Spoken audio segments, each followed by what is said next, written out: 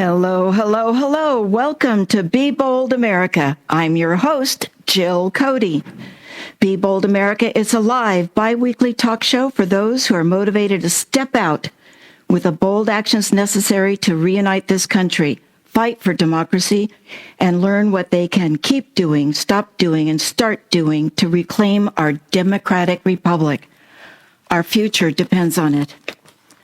Our program today is a Democrat and Republican Talk number 1, Building Trust and Finding Common Ground. This is going to be a very special and unique show today. The profound division between American and fellow American is not sustainable. As Abraham Lincoln warned, America will never be destroyed from the outside. If we falter and lose our freedoms, it will be because we destroyed ourselves. Are we destroying ourselves from the inside out? In my view, we have already come a long way in doing so. Since our country's founding, we've had division, debate, and struggles, but what we're experiencing now is agonizingly different. Today's show is the beginning of an experiment. Can a lifelong Democrat and a lifelong Republican talk about the issues creating the chasm? In other words, can we discuss together the pronounced difference of opinions, interests, and loyalties between the two parties? I am delighted to say that maybe, just maybe, it is possible. And I'm honored that Kristen Collishaw, a lifelong Republican and the current chair of the Santa Cruz County Republican Central Committee, has agreed to step out and join me in a series of talks on the issues that divide and confound us about the other party. The second talk will be on Sunday, August 30th. As civil rights icon John Lewis, who passed away last Friday, would say, we're going to make good trouble. But to help us get into that good trouble will be Andrew Hanauer, who is the president and CEO of the One America movement. Andrew has been kind enough to agree to moderate Kristen and my discussion today. We have big things to do. First, it's my pleasure to welcome to Be Bold America, Kristen Collishaw. Kristen is the chair of the Santa Cruz County Republican Central Committee and who has lived in Santa Cruz for 18 years, where she and her husband raised 3 children. She was brought up in a household where politics and local issues were often discussed and differing opinions encouraged and respected.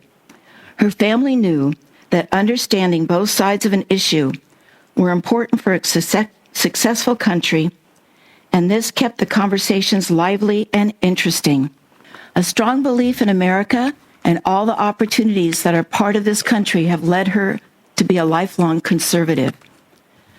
Kristen, it is very cool to talk to you today, and a big welcome to Be Bold America to you. Thank you very much for having me. I'm absolutely honored to be on this talk with you and optimistic. Oh, great. It's an honor to have you. And just quickly, did I miss anything on the introduction that you would have liked to say or add? I think you did it. Thank you. Okay. That's me. Cool. It is also my pleasure and honor to welcome Andrew Hanauer, President and CEO of the One America movement. This is an organization founded by faith and community leaders to address divisiveness in American society. Under Andrew's leadership, One America has launched projects that bring Americans together across religious, racial, and political divides to address race relations, opioids, poverty, homelessness, and many other issues through One America chapters across the country. Welcome to Be Bold America, Andy, and thank you for volunteering to moderate our conversation.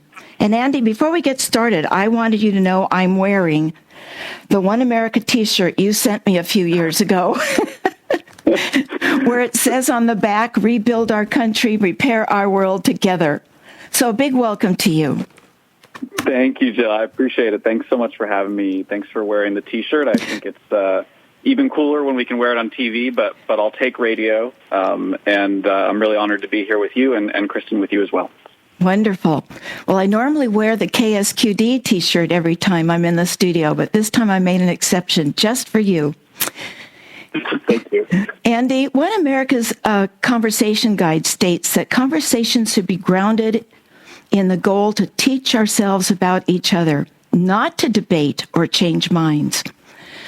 Would you please explain what that means after you tell us a little bit about One America movement? Then you can get Kristen and me jump-started. Yeah, I'd be happy to. And again, thanks so much for having me on. As a native Northern Californian living in exile on the East Coast, I just want to say hi to everyone in Northern California. I miss you all. It's 108 degrees at the heat index where I am right now. So I'm guessing that's not the temperature in Santa Cruz Where right now. are you? I'm in the Washington, D.C. area. And it's 108? It's 70 here. Yeah, it's not good. But thanks again for having me on. One America is a national organization committed to fighting what we call toxic polarization in the United States. We are very concerned about our divisions not being about issues so much as they have morphed into this sort of us versus them identity battle, and that's really what our work is designed to counter. And we do that in a number of different ways. We often work with religious communities, but one thing I think is really important is that we are not a movement of centrists. We are a movement of Americans of all perspectives who are committed to this country and to our shared future, who are committed to the idea that we have a shared future together, that there's no shortcut around the fact that we all live in this country together, and we need to figure this out for all of our sakes. And I think as we go through the program today, one of the cool things that we're really lucky to be able to do is work with really, really smart neuroscientists, social scientists, experts, people who have resolved conflict in even war-torn countries, to understand the really cool and interesting neuroscience behind our divisions. What's going on in our brains when we hear facts that we don't like, or we hear political opinions we disagree with, and what is it that makes us want to form into these us versus them groups and then puts those groups into conflict with each other. So as we go through our conversation today, we'll try to share a little bit of that neuroscience just to help folks understand maybe their own reactions to whether it's to your uncle at Thanksgiving or to the person you see on TV who you disagree with. That's wonderful. And then also to talk more a little bit about teaching ourselves about each other and not to debate or change minds. There must be some neuroscience behind that as well. Yeah, absolutely. So, one of the things that we hear a lot about is the word civility, right? And I think civility is better than the alternative. But this idea that we're going to reduce our divisions by having polite debates with someone we disagree with, there's a lot of problems with that concept. That's why our work is so grounded in this idea of doing things together. So one of the things that happens when you have a debate about politics where you say, I'm a this and you're a that, and we're going to go back and forth, is that you're just activating the part of your brain that affiliates with that side. And so if our goal is to debate and change the other person's mind, we're running up against a lot of science that says, first of all, you're not going to change their mind, not with facts, not with talking points. But second of all, it's just sort of affirming that division that you're on that side of the line and I'm on this side of the line. Mm-hmm. What we want to do is build connection. We want to build relationship across those divides. The goal is to be able to say, I'm a Democrat, you're a Republican, but we both care about X, or we're both part of Y. And so as we have this conversation today, our goal is not to convert anyone's beliefs, but rather to begin to build that connection, that trust that allows the two of you and I think the listeners as well to feel like they're part of a group, part of a team that wants to see this country go in the right direction. Thank you. Well, let's get started. Absolutely. Well, first of all, I just want to say, there's a number of things that we can talk about in terms of ground rules, and if that works to sort of begin that way, and then we'll get into the conversation topics themselves. And so I want to just share a few ground rules, and with those ground rules, a little bit of the science behind why these ground rules exist. The first one is to just come in with an open mind, be open to new ideas, and be open to the possibility that you might learn and grow from the conversation. I think so often we assume that the only thing that we can get out of the conversation is to convince the other person that we're right. But the thing I like to ask folks to do is just to close your eyes just for a second and ask yourself, say to yourself in your head, of all the 7 billion people on Earth, I am the most right about everything I believe. And if that statement seems okay to you, this is probably not the show for you. If that statement seems a little narcissistic, then you are in the right place, because we all have something to learn from someone else. The second ground rule is to prepare to be surprised. One of the things that science teaches us about Democrats and Republicans in America is that they are extremely bad at guessing the actual beliefs and viewpoints of people in the other party. So, for instance, our positions on immigration are half as far apart as we think they are. And that has real consequences, right? If we think that we're so far apart that there's no point to talk, then there's no point in talking, and the only solution is to just defeat the other side. But if we realize that actually we're much closer in our perspectives, then there's a reason to engage, a reason to talk. So expect to be surprised, because what you think the other person's beliefs are is probably wrong.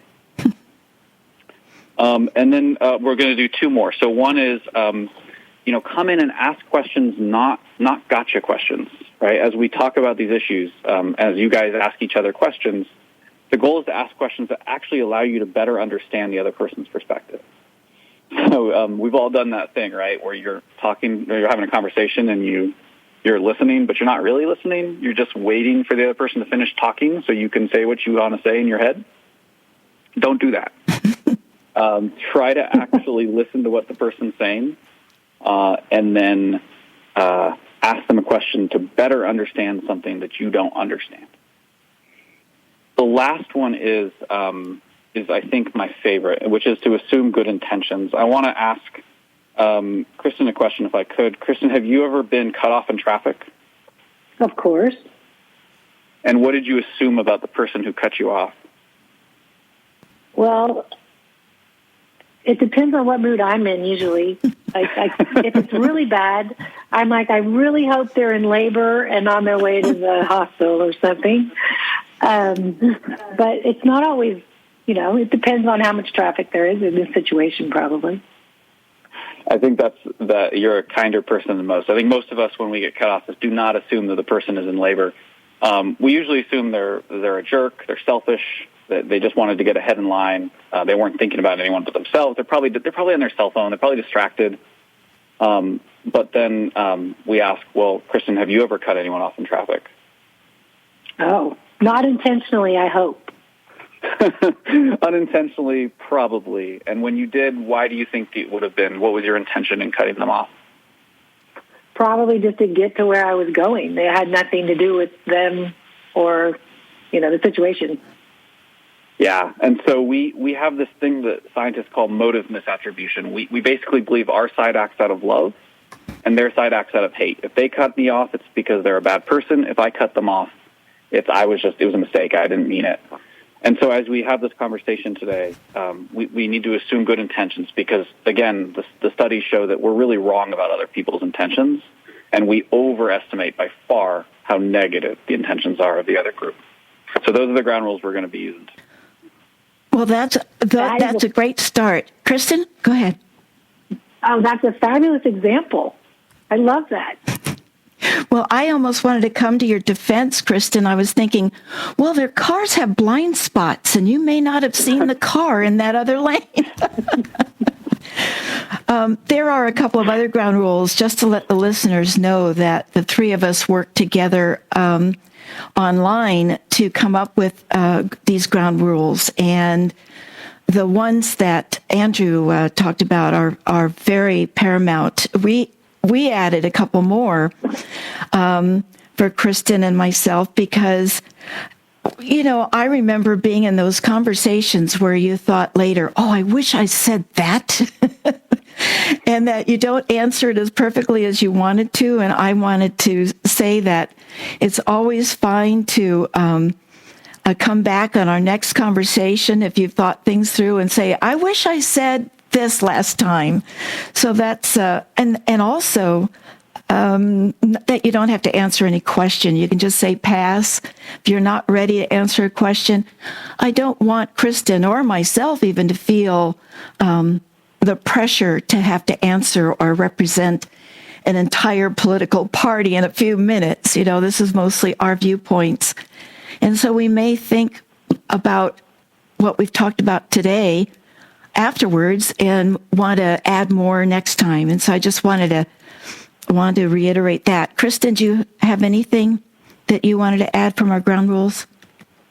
I think one of the ones I would like to say is at the end of this, I want to feel closer to you and Andy and hope that our objective of this is to have a good outcome. And I don't know if that needs to be a rule or not, but I think it's that we approach a lot of conversations that way, they'll have a happier outcome. And we need to take our first break. You're listening to Be Bold America on KSQD 90.7 FM. Many voices, one station. Listen worldwide online from ksqd.org homepage, or listen to shows later by visiting the KSQD Be Bold America program page or from your favorite podcast platform. I'm your host, Jill Cody. KSQD thanks the following recurring donors who support our wonderful programs by providing monthly contributions: Rolf Augustine, Sarah Bala, Carson Bischoff, Gail Borkowski, Etta Tyler, and Terry Walker. You inspire us to give our very best here at KSQD 90.7 FM. May you also inspire others to donate on our website, ksqd.org.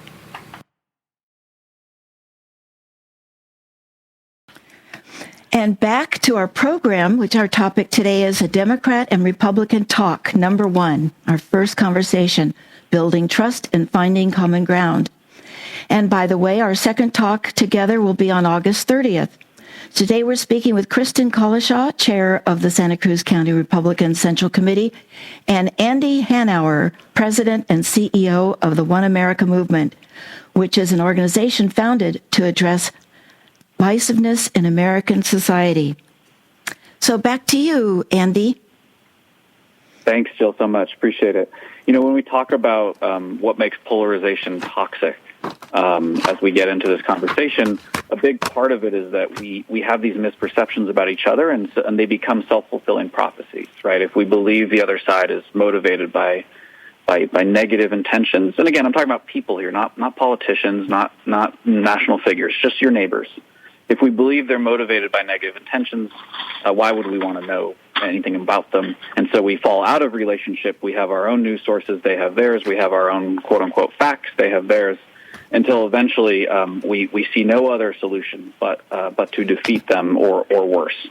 And so one of the things that's so important is just to begin to build that trust, that relationship, as Kristen mentioned a few minutes ago. That is the starting point.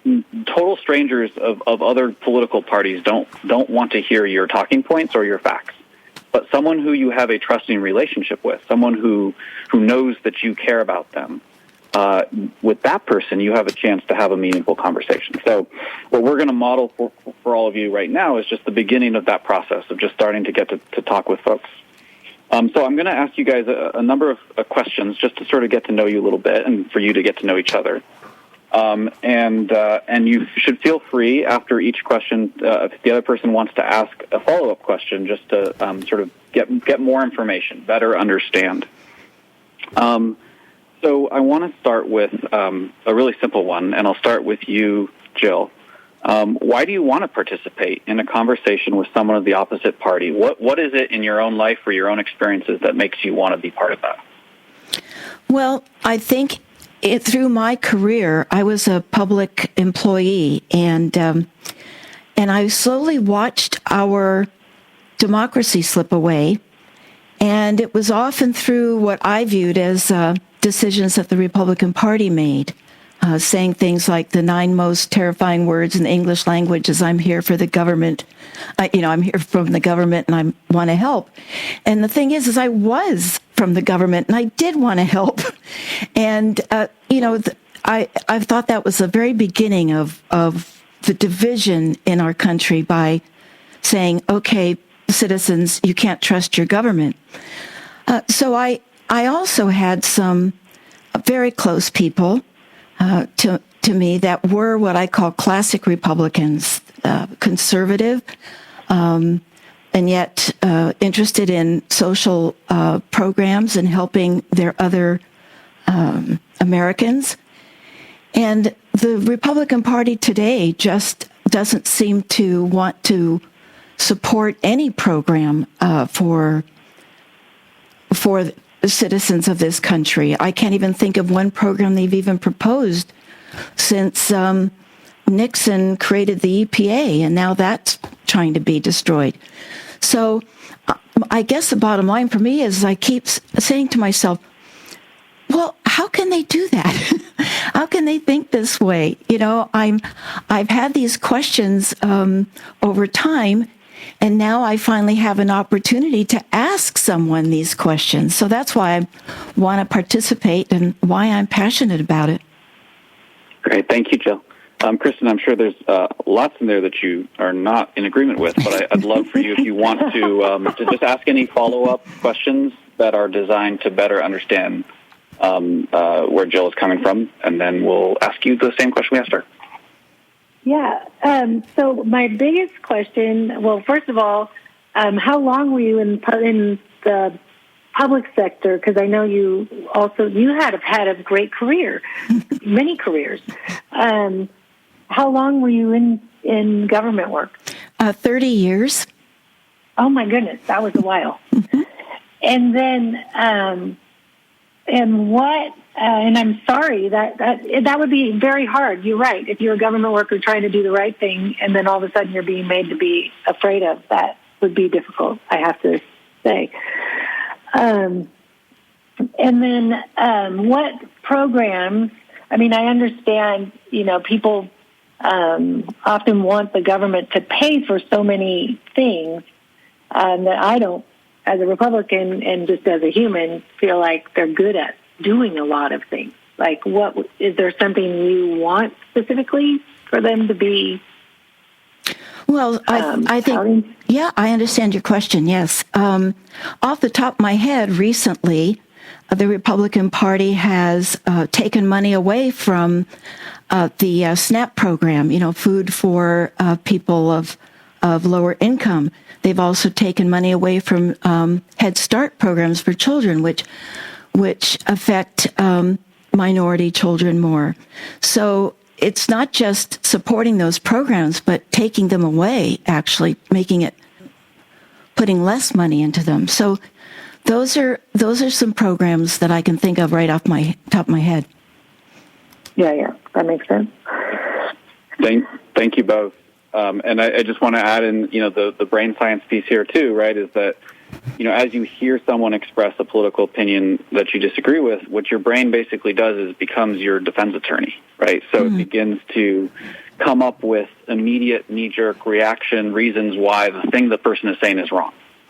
And, of course, sometimes the person is wrong. But the point is of doing the conversation this way, rather than going back and forth on the merits of those points themselves, is that if you start to go back and forth, you're just going to end up in defense attorney mode. You're not going to actually do what Christian just did, which is actually ask to better understand where a person's coming from. We can always go back to these issues, of course, especially as we build trust. But if you just go into this like immediate sort of let's debate the point, we end up just sounding a lot like the talking heads we see on TV, and we want to do better than that. Kristen, why do you want to participate in a conversation with someone of the opposite party? What in your personal life or your perspective motivates you to do that? So I cannot stand the position that this country's in right now as far as the conflict. It's this constant us versus them, or you versus me, or I'm right, you're wrong. And somewhere along the way, we lost the fact that we have to have both sides. Our country was founded on checks and balances with two-party system, and right now it's definitely not working. And when Jill asked me to do this, I at first went, oh gosh, here we go. But then I kind of stepped back and said, this is a worthwhile thing to do, because we have to work together. This is the greatest country in the world, hands down. And when I see people burning American flags or not appreciating the opportunities or taking advantage of the opportunities that we have in this country, I scratch my head and I'm thinking, go somewhere else then. But really, I think we need to just do what we can to put this one, back together.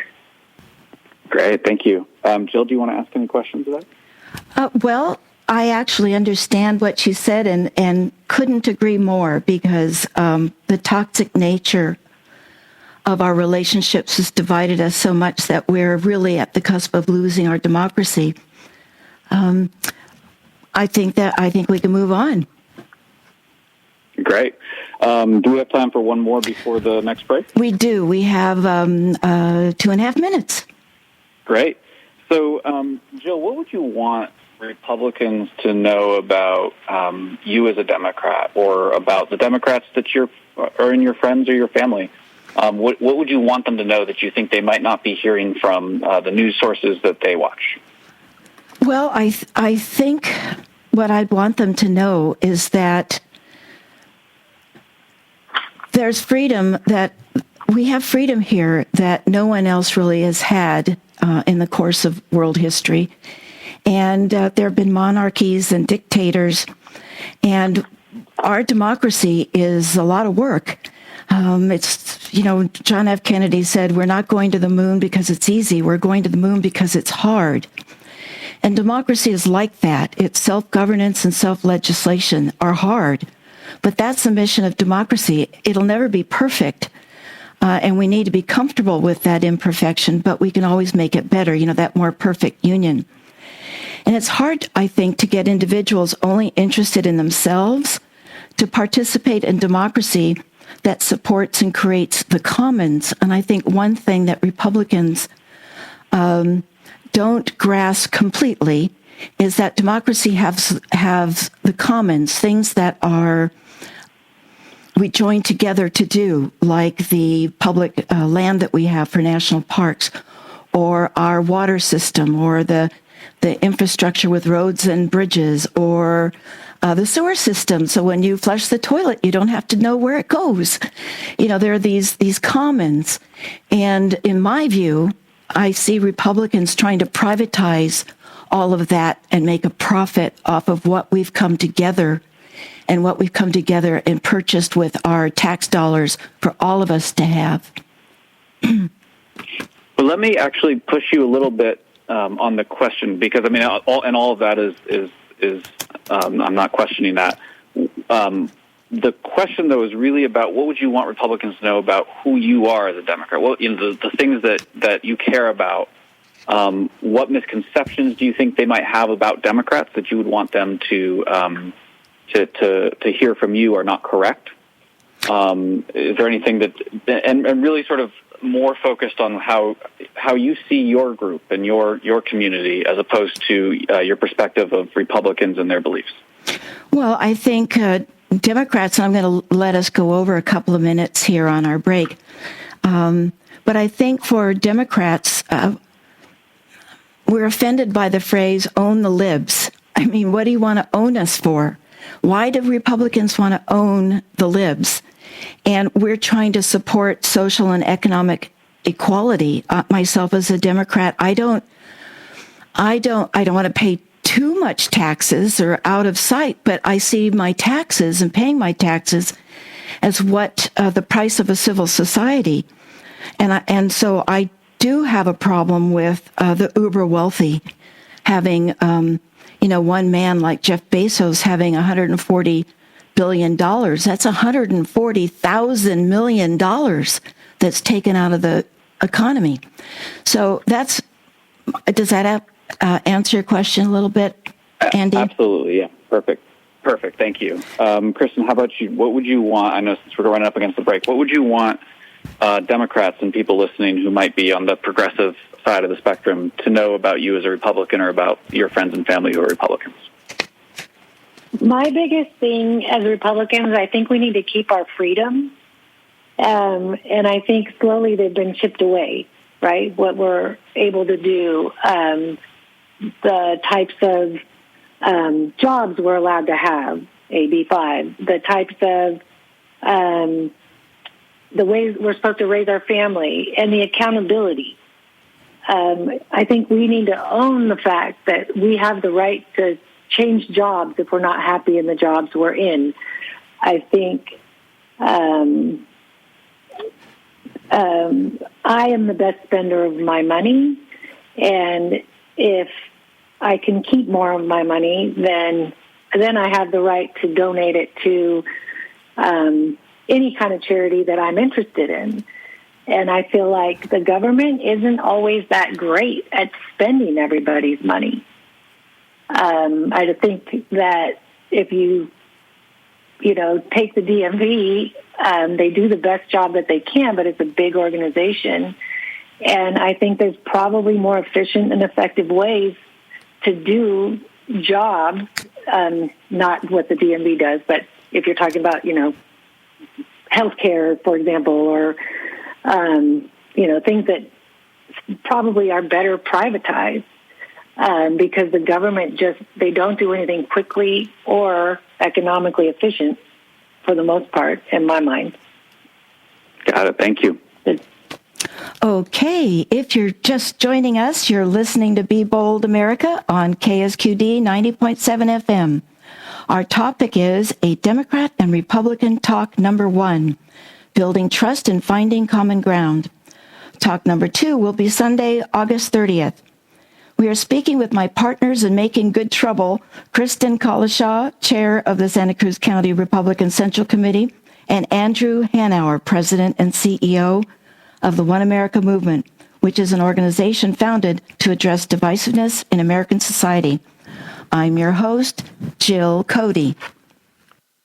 Hi, I'm Tom Hartman, your host for Progressive Talk on K-Squid, 90.7 FM, community radio for the Central Coast, 4 p.m. weekdays. KSQD is a vital media resource for listeners in Santa Cruz and Monterey counties and worldwide on the web. Please help support this station by making a contribution to keep the station thriving. Go to ksqd.org and give what you can to help keep shows like mine coming to you daily at 90.7 FM. With 6 large corporations owning most of the media, it's essential that listeners support grassroots, locally run radio stations like KSQD. Community radio is responsive to its listeners and isn't afraid to challenge the status quo. Please join me, Tom Hartman, in supporting K-Squid, 90.7 FM, community radio for the Central Coast by making your pledge today online at ksqd.org. That's 90.7 FM, K-Squid. Catch me right here at 4 o'clock this afternoon. Thank you, and tag You're It. And we're back to our bold and impressive guests. So, Andy, take it away. Great. Thanks, Jill. I want to note the shameless pandering that you went after Jeff Bezos and the DMV. That's too easy, guys. You got to do it. But everybody knows them. Yeah, when I first was talking about starting an organization called One America that was trying to bring people together, someone said, well, what you need is a common enemy that everyone hates. And I said, well, isn't that the problem, right? That all we do is unite people by getting them to hate someone else. And they said, yeah, but you could call it the I Hate Comcast organization and everyone would love you. So I did not take them up on that. Thanks so much, guys, again, for being part of this conversation. I want to ask you another question that sort of segues into this segment, which is, Kristen, we'll start with you this time. If you could change something about our politics right now, again, about our politics, not about the viewpoints of Democrats or about public policy, but about the nature of our politics, what would you change? I would definitely make it okay to reach across the aisle and work for the people again instead of just for a party. Absolutely. Jill, do you want to ask any? Go ahead if you wanted to expand on that. I just think that that's what's missing right now in our politics. I think everybody starts off with good intentions, and maybe I should back end that by saying I think we should get rid of the pay-to-play part of politics as well. Because I think the working class people are the ones who are suffering the most right now. They're the ones who are often overlooked in all of things political, and they can't necessarily afford to pay to play to get their way or get their business started or things like that. And America's suffering for it. Thank you. Jill, do you want to ask any questions about that? Well, I just totally agree with that. I think campaign finance reform is necessary, but I don't know how it's going to be reformed with the politics we have. It's not working for the people that are, of the middle class or even the lower income individuals. So trying to get it to work for us again, that's the struggle. Thank you. Jill, what do you want to add anything in terms of answering that question yourself? If you could change something about our politics, not about specific policies, but about the nature, the climate in our country, what would you change? Climate. Well, the first thing that came to mind was that there are 400 bills sitting on Mitch McConnell's desk, but all he's doing is appointing judges. And I don't think that creates a very good atmosphere, knowing that a takeover of our judicial system is happening and nothing else is. So you want to see Congress be more constructive, more productive? Well, I want to see them talk about and debate bills. Democracy is about debate. It is about compromise, and somehow the word compromise has been demonized. So I think that's one atmosphere, or one change that I'd like to see is not demonize the word compromise anymore. It's that is a necessary aspect of democracy. Two sides come together and work it out and come up with something that they both can live with. It may not be everything we wanted at the time, but it's something that moves this country forward or moves the whatever issue that is, something for children, Head Start. It moves it forward, makes it better, continuously improves it. But right now, nothing is happening in the Senate at all. Kristen, do you want to? Well, isn't that, only because I think nobody's there. I think Pelosi and Nancy Pelosi and her pals have said that it's too dangerous to be in Washington, D.C., so nobody on the Democratic side was there from what I had been told and the way I understood it, that things weren't able to do their jobs because they were voting from a distance. So I don't know for a fact if that's why he's holding those up or not, but that's what I would understand it to be. But so this is, I think, a really good example, right? So it matters what Senate Majority Leader McConnell and Speaker Pelosi do. It matters who's right or wrong about what actions they're taking or not taking. But it's also so easy to see how a conversation where there is actually a lot of agreement about some core issues, right? Like there's agreement about the need for compromise. There's an agreement about the need for constructive engagement, for people to work together to make the country and the government better. But when we begin to get into a conversation that's actually about, well, whose fault is it? Is it Mitch McConnell's fault or Nancy Pelosi's fault? It becomes zero sum. Only one side can win. Only one side can be right. And when you get to that place, again, regardless of who is actually right, the conversation will never end up in a very helpful place, right? It will not go somewhere where we can actually move forward. It just becomes this question of, well, which side is going to win?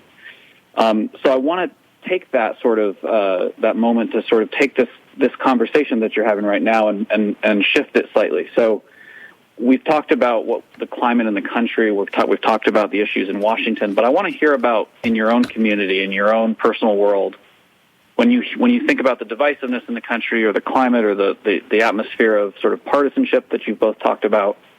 What are you seeing just in your own community that makes you hopeful or that makes you concerned? And Kristen, I'll start with you. What a great question. I think, well, there's a lot that concerns me in Santa Cruz County and in our state as well, because there aren't a lot of opportunities. And granted, Republicans aren't represented very much in Santa Cruz County, in a couple of the cities, Scotts Valley, which is where I live, we do. But what's concerning to me right now is the children and getting all the kids back in school. And obviously we have this COVID thing happening. But what I don't want to see is I can't even be on social media because it's the fighting and the infighting and I'm right, you're wrong. Everybody has to put each other down. And I don't think that's healthy for a community, especially in a time of a pandemic where we all need each other. And when you're talking about families who may not be able to send their children back to school, we've got to come up with solutions as a, small town, but with working parents. And, we don't want it to become a socioeconomic problem. Like, if you can afford to have somebody tutor your kids, then, you're better off than the people who can't. And then those children are left alone. So it's kind of a maybe that's a big answer to a smaller question, but that's my part right now is absolutely locally. I'm very, very concerned about our youth. Yeah, no, I appreciate that. And I appreciate absolutely, like, we have actual real challenges to face. I think sometimes there's this perception that the problem with people who are concerned about divisiveness just want us to all get along better and not talk about hard stuff. But I think from my own personal perspective, right, we have real challenges to face as a country, and we're really bad at facing them when we spend all our time arguing with each other and yelling at each other on Twitter. And so I appreciate your concern about, in the midst of a pandemic with all the situation around people's health, their jobs, and of course kids. As the father of small kids, I'm pretty concerned about that myself. We've got real work to do, and we can do it better if we're working together. Jill, how about you? What are you seeing in your own circles, your own community, in terms of the climate in the country that concerns you, or that gives you hope? Well, first, I wanted to just say that your conversation reminded me of, I won't get it exactly, I'm paraphrasing, Winston Churchill's quote where he said, the Americans will eventually do the right thing after they've tried everything else. And I think for me, I look more at my neighbors. So, I live in a few streets. There are 2 cul-de-sacs, and I know my neighbors. Some of them are Republicans, and they don't wear the mask. It's become a cultural issue somehow instead of a public health issue, and so we know that we can't talk to them. It's a signal right away that, I can't mention anything about how I feel about masks. I don't want to get into an argument with my neighbors. We need to be there for each other. California is prone to wildfires. What if we had a wildfire and we need to work together? And I think it really stops our ability to build relationships with just people right next door. And it's time for another break. You're listening to Be Bold America on KSQD 90.7 FM. Many voices, one station. Listen worldwide online from ksqd.org's homepage. And the voices I'm speaking with today are Kristen Collishaw, a lifelong Republican, and Andy Hanauer with One America Movement. And the topic we're discussing today is a Democrat and Republican talk number 1, building trust and finding common ground. Join KSQD tonight at 6 p.m. for our monthly program, Reflections on Buddhism. Each program features a conversation between Patrick McGinn and the Venerable Tenzin, a local Buddhist nun and teacher. This month's topic is cultivating happiness amidst change and stress. How can Buddhism and psychology help us during difficult times? Tune in Sunday evening to find out. That's Sunday from 6 to 7 p.m. on 90.7 FM, K-Squid. Many voices, one station. Now we're back with our bold and impressive guests. I'm your host, Jill Cody. And Andy, is there something that you would like to wrap up from that last conversation we just finished before we go into maybe some keep, stop, starts? Yeah, I appreciate it. I mean, Jill, I think your example is so good because, first of all, we talked earlier about the zero sum, right? Zero sum means if I win, you lose. If you win, I lose. There's only one outcome, and it's not one where we have a shared future, right? A positive sum is we can both win. Masks are the ultimate zero sum, right? If you either wear them or you don't, and when we see that, we assume so many things about what that person believes, what that person's doing, their actions, their morals, their everything, and life and death is on the line, right? And so the stakes are so high. The pandemic has really exacerbated the divisions in our society in part because of things like that. It's made it so much more difficult. But folks, this is why this is so important. There's no shortcut. There's no plan B. We have to find a way to live together in this country. And what we've started here today, I think, again, as a first step, is starting to model for the entire country how people who have many disagreements, which you've heard a number of them today, can still both be part of building a shared future together for this country. Kristen, did you have anything you wanted to say before we get going into the keep, stop, starts? Can I make a comment about this mask situation?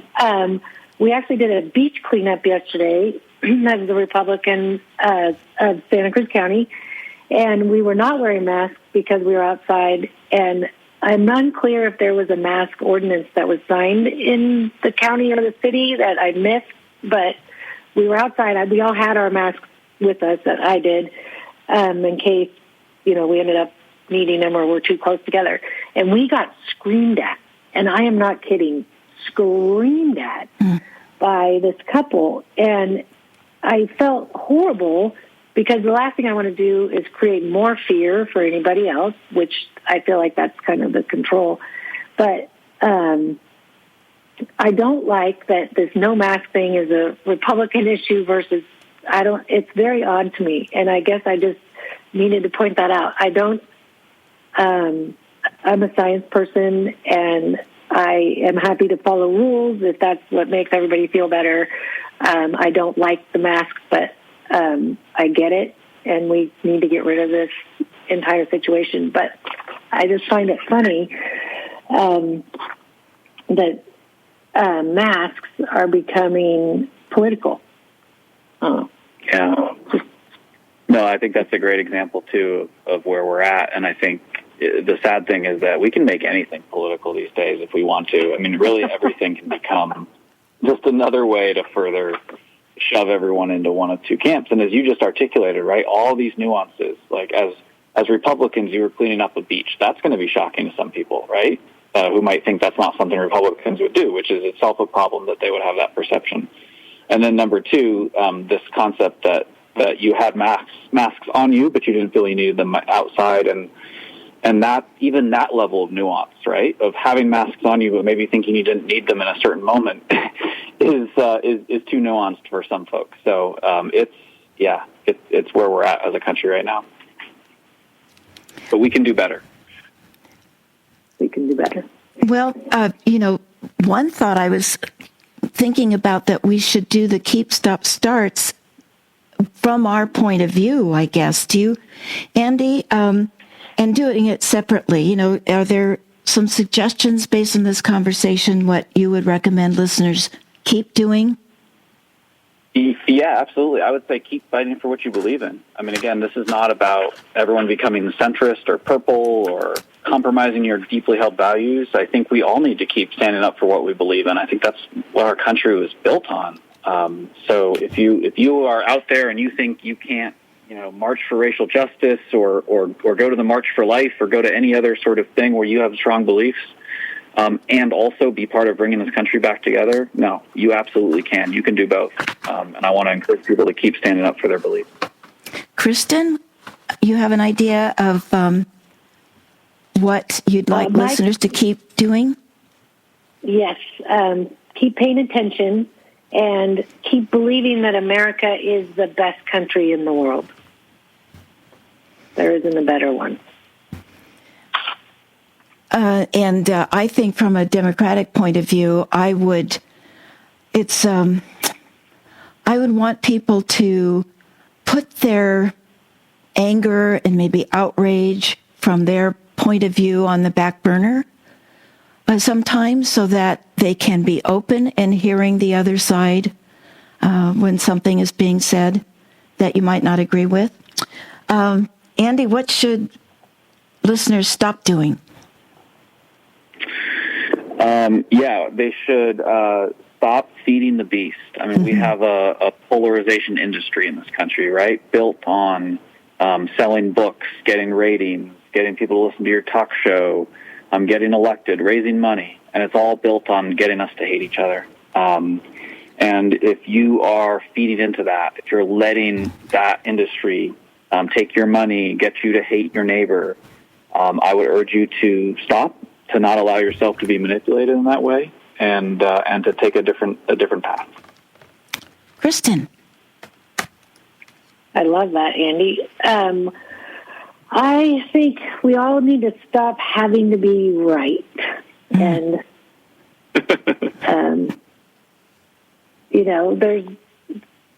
there's consequences to that. And I think we just need to be okay with other people's beliefs and stop the hate.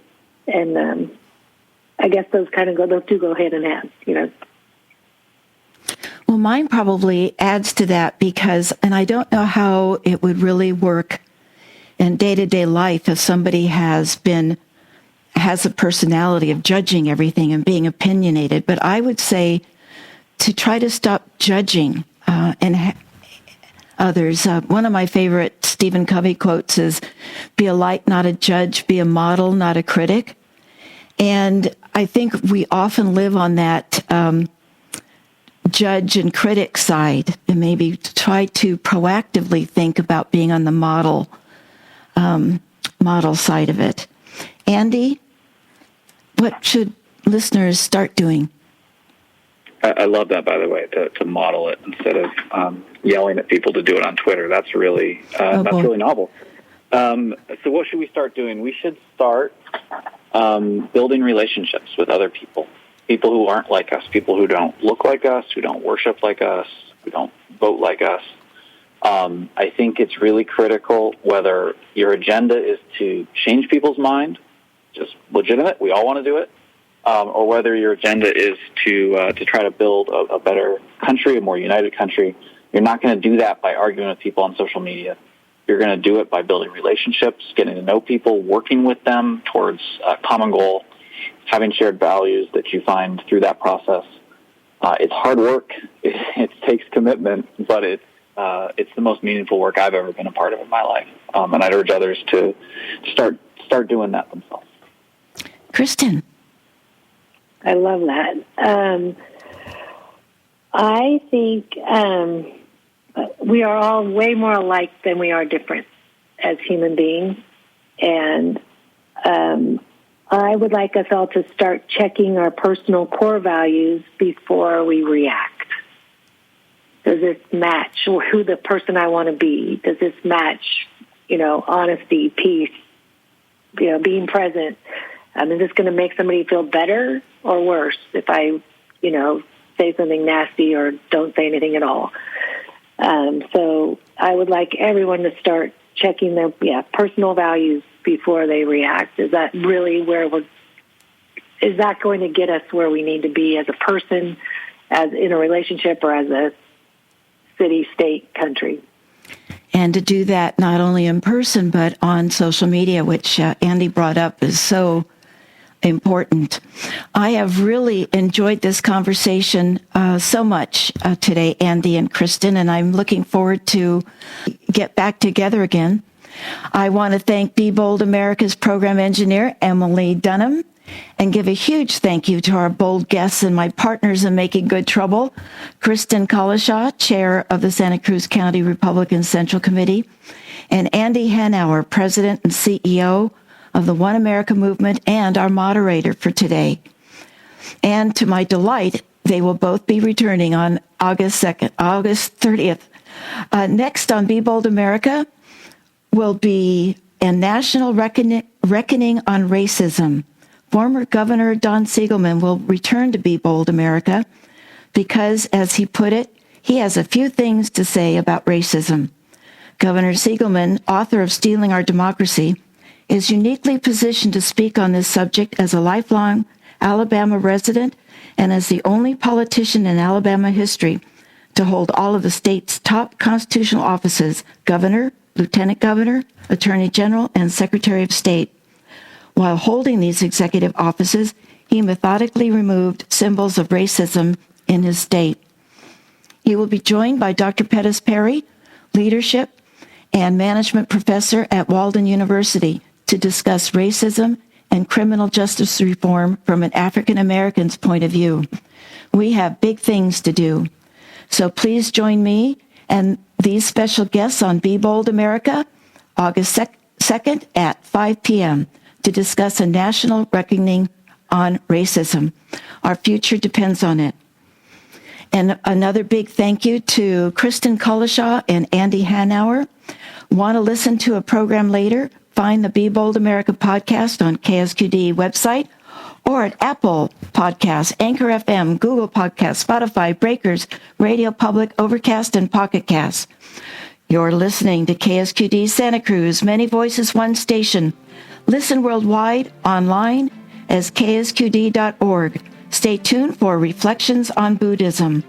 My name is Jill Cody, and thank you for listening to Be Bold America. Until next time, keep, stop, start.